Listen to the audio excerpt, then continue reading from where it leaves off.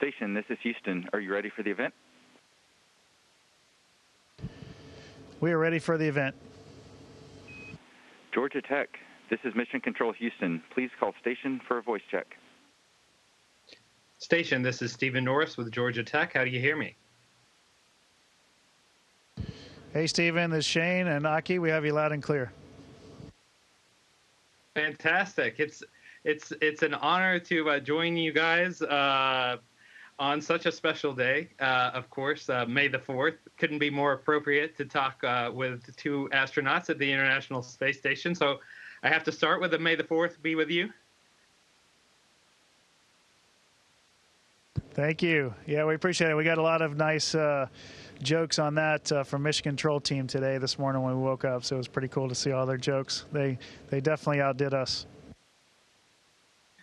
You know what's so exciting to be able to talk with you both today is just taking in consideration the energy around space exploration right now, and at the same time, you guys are up at the International Space Station. We've got the Perseverance rover that has launched a helicopter to explore Mars. I'm guessing it's an exciting time to be up in space, and I'm wondering what keeps you excited about these missions.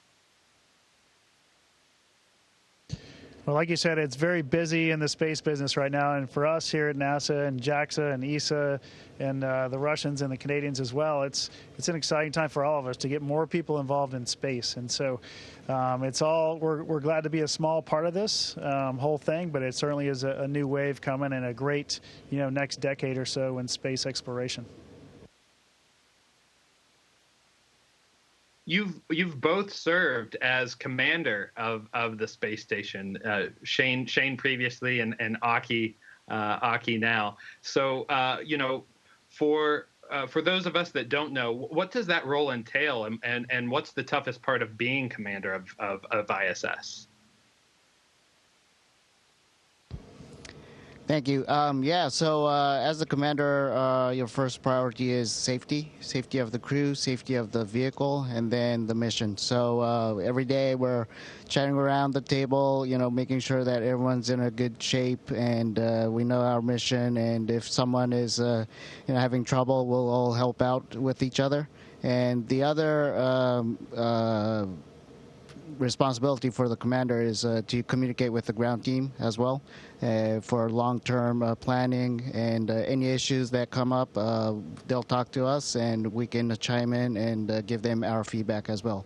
And I'm lucky enough to have Shane here, because every once in a while I'll ask him, hey, what did you do during your mission? And he can give me his thoughts on being a commander. Yeah, did you have any advice for Aki, Shane, since you've already sort of stepped into this role as commander? Yeah, like he said, we chat quite a bit. The biggest advice is just, we have an incredible team up here. The crew on board is amazing. The ground teams are amazing. Keep that communication going that Aki talked about with our crew and the ground teams. Make sure we're in sync. That's a big thing. And for me, when I was up here with my incredible crew, which some of them were up here again, I just tried to stay out of their way because they were super talented, and I just needed to make sure that they were well fed and well rested, and just let them go. This mission sounds like it's truly an international effort, and there's a lot of exciting things that you'll be doing, including installing a new robotic arm. How are you guys preparing for some of these specific parts of the mission that we'll see you'll be working on a little bit later? Yeah, our Russian colleagues, they're getting excited about getting a new module on the space station here, hopefully this summer, and as part of that, installing that new robotic arm you were talking about.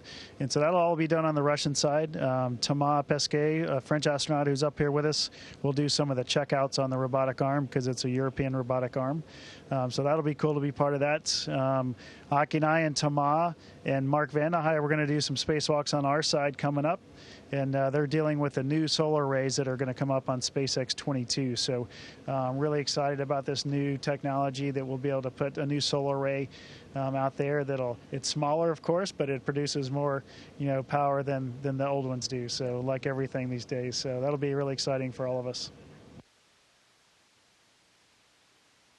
you've both been on previous missions, where partners like SpaceX weren't involved, and I'm interested in hearing what are some of the differences now that we've taken this sort of new step in traveling to space with partners like SpaceX. I'll start and let Aki add some stuff as well. But, the biggest thing for our nation really is we have the capability to launch out of the U.S. again. So that hasn't happened in almost a decade after the shuttle ended. So for us, that's a great capability, whether it's private or government. This is the first time, obviously, that we're using private resources to fly U.S. astronauts and JAXA and ESA astronauts to space. And so that's pretty special in itself. And SpaceX, we train obviously out there in Hawthorne, California, where they're headquartered and based, and that's a really neat experience to be out there. And in one building they have the training, and they have every piece of the rocket being made and built is right there underneath you. So it's pretty special to be in one location to see all that action going on. And for me, I think the biggest eye opener for me was the way they think. They can, all the space agency kind of think alike and think about the design and safety and the operation concept. They were thinking out of that box, so new concepts, new design, and I think that's the way to go for the future. I'm a little bit of a geography nerd, and one of my favorite things about following Shane's Twitter feed is seeing all these amazing views of different nations and countries that we get to see from space. I thought the picture of the Mozambique coastline was really cool. I remember the last time you were up in space, you sent us a really fantastic image of Atlanta. Wondering, are there any photos that you haven't taken yet that you're trying to capture? Yeah, I've started this past weekend. We had some free time, so I took a lot of really great pictures that turned out to be great. So you'll look forward to seeing those down here in the future. But I'm kind of a golf person. Golf kind of is one of the sports I love. So I'm trying to take some of the really famous golf course pictures from around the world, which are very challenging to get, by the way. Haven't got any this trip yet, but I'm going to be really focusing in on that here the next few months to try to get some of my favorite courses. Aki, a question for you from one of our students, since Japan is preparing to host the Olympics. And really, for this question, for both of you, if you weren't an astronaut, which Olympic event would you be competing in?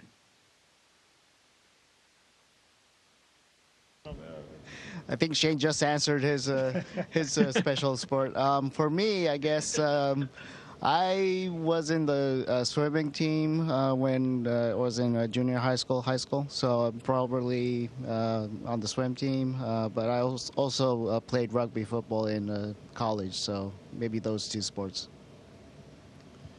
Yep, and baseball was probably the sport I was best at, even though I loved other ones as well. So that might be one that I do. And now that golf's an Olympic sport, I certainly would. I don't have the talent to do that, but I would love to do that. I see the white and cold behind you, Shane, and it's commencement week here at Georgia Tech, and I would be remiss if I did not ask for a special message from the International Space Station for all of our Yellow Jackets graduating this week. Yeah, special congratulations to them from the International Space Station. It's quite a feat. They're just really starting their lives. Believe it or not, it's been a tough road at Georgia Tech, as most engineering schools are. Tech is no different. And I just wish them all the best. I hope they're really going to go apply themselves, everything they've learned at Georgia Tech, and go be a positive influence for society. No matter if they're from the U.S. or another country, they can all go be a positive influence on their communities. So, again, congratulations from the space station, and we wish you all well. For Aki and Shane, thank you so much for taking the time today. It's an honor to be able to talk to you from space. I'm amazed that we're doing this over Skype. Best of luck to you, and we can't wait to connect with you when you get back home. Awesome. Looking forward to visiting Tech again once I get back home. Take care. Station, this is Houston ACR. That concludes the Georgia Tech portion of the event. Please stand by for a voice check from WXIA-TV.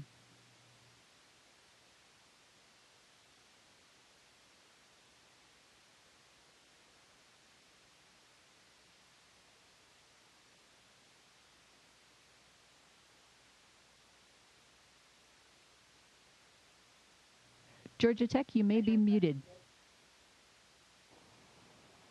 Apologies. Station, this is Matt Pearl with WXIA-TV. How do you hear me? Hey, we hear you loud and clear. Good morning.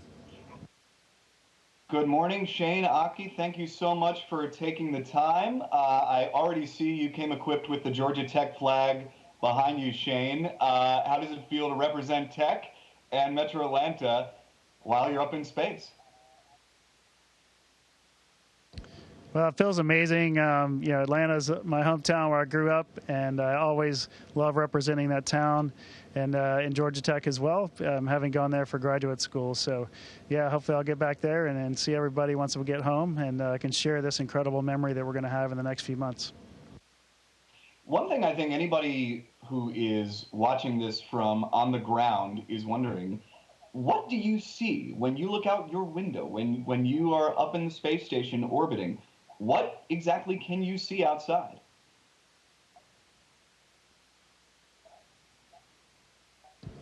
So we have a big window facing the Earth, and as well as a lot of good quality window for Earth observation. Shane's taking a lot of pictures whenever he has a chance, and especially over the United States.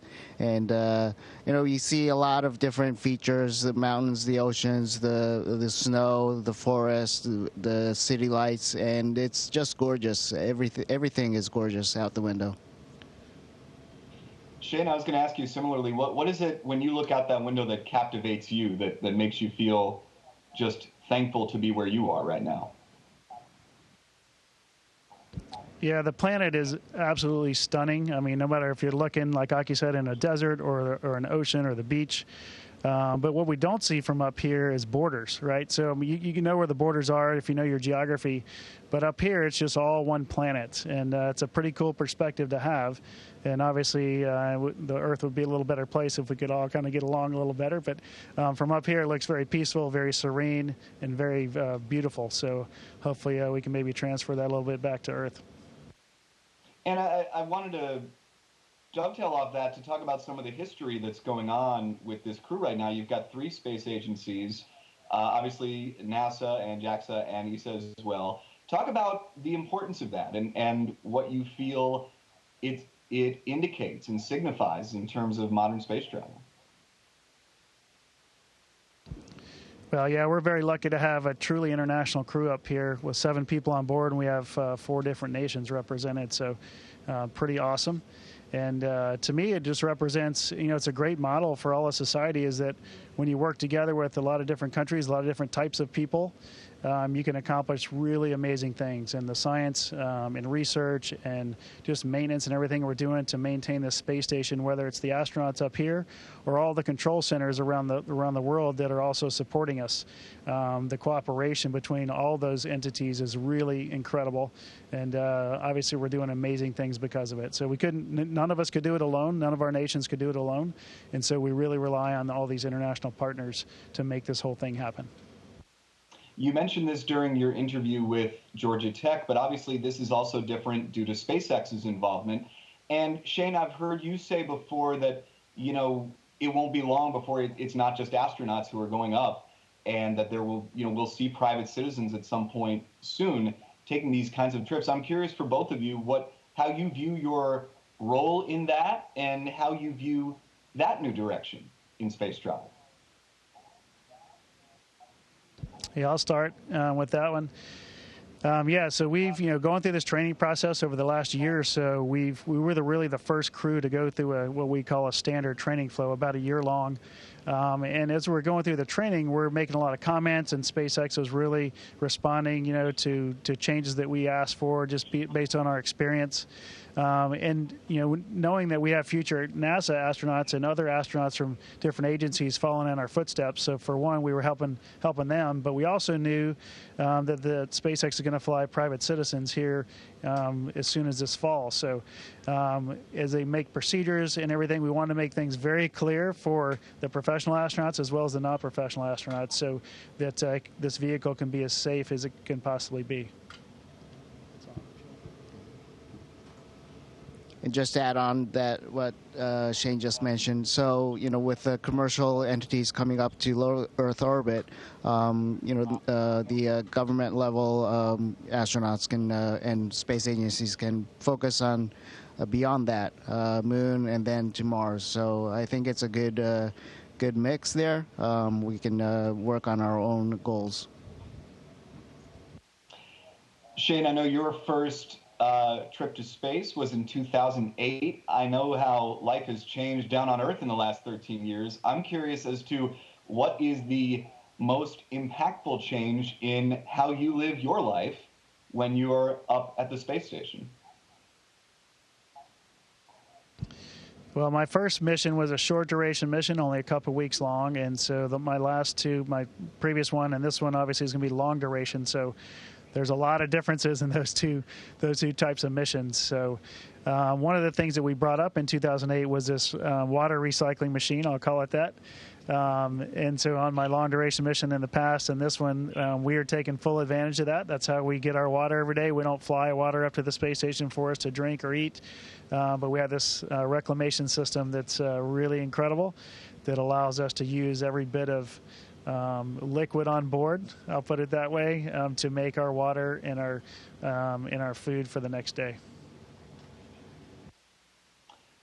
I appreciate your censoring that response slightly, and I'm curious as to, you're up for 6 months, and you've been, it's been a few years obviously, and there are always a few years between missions like this.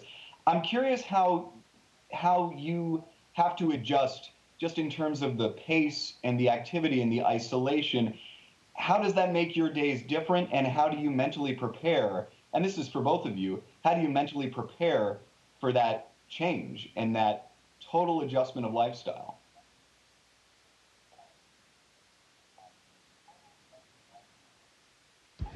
That's a good and tough question.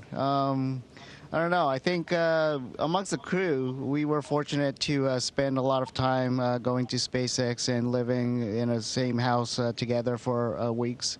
And, we get to know each other, and we're living like a family up here. In terms of everyday life, I think all the training helps, but you just got to, be up here and be flexible and adjust to it. I think that's the mentality that you need.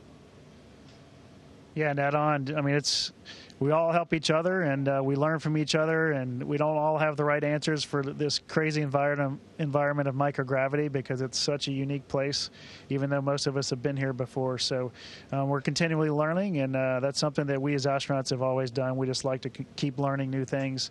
And up here, it's very important to learn efficiencies, because otherwise the days run really long, and you can really help yourself out by being efficient. As far as what you'll be doing up there for the next 6 months and the mission itself, what are you most excited about, Shane?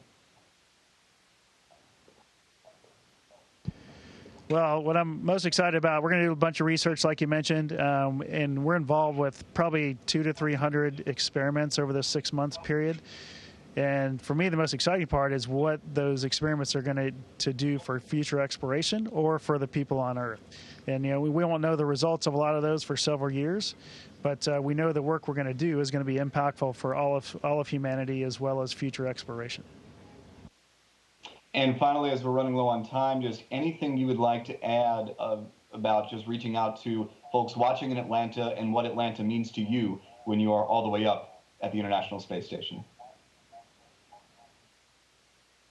Well, Atlanta's home. Every time we go back there, it just feels right. That's the best way I can put it. So hopefully we'll get back there one day to maybe live. But in the meantime, we'll be happy to visit once we get back, and hopefully we can see a lot of the folks, friends and family that are there. So take care, Atlanta.